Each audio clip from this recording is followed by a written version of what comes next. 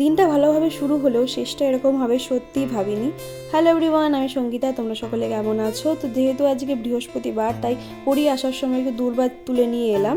তারপর বাড়ি এসে পুজোর সমস্ত জোগাড় করে বসেছিলাম খেতে আর রাইকে খাওয়াতে।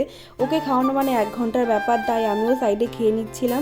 কালকের মোচা চিংড়িটা আমার এতটা ভালো লেগেছে, মা আজকে আবার রান্না করেছে। আর ট্রাস্ট মি গাইজ, এত ভালো হয় খেতে, কি আর বলবো। আর তার সঙ্গে করেছিল এই অফ সিজনের পালং শাকের তরকারি। বাবা গেছিলো বাজারে, তো পালং শাক দেখতে পেয়ে নিয়ে এসেছে, যেহেতু আমরা সবাই মোটামুটি ভালো খাই। আর খেতেও দারুণ হয়েছিল। আর দুপুরবেলাতে একটু ইচ্ছা হচ্ছিলো মুড়ি মাখা করার, তাই একটু মুড়ি মাখা করছিলাম। আর খেতে খেতে দুপুরবেলাতে বই পড়ছিলাম, কারণ বাড়িতে একাই ছিলাম। ও দিয়ে এই পুঁই শাকের পকোড়া দিয়ে গেছিলো, খেতে দারুণ লাগছিল। তারপর বাবা মা গিয়েছিল একটু বগুলা, সেখান থেকে আসার সময় সিঙ্গারা নিয়ে এসেছিলো।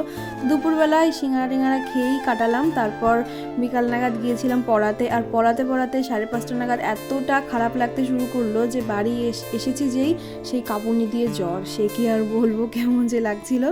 তো ওষুধ খেয়ে জ্বর কমার পর রাত্রে ডিনারটা সারলাম রুটি আর তার সঙ্গে তরকারি দিয়ে। তো ভিডিওটা এখানেই শেষ করছি। ভিডিওটা ভালো লাগলে লাইক করে সাবস্ক্রাইব করে দিও। তো আজকের মতো এখানেই রাখছি।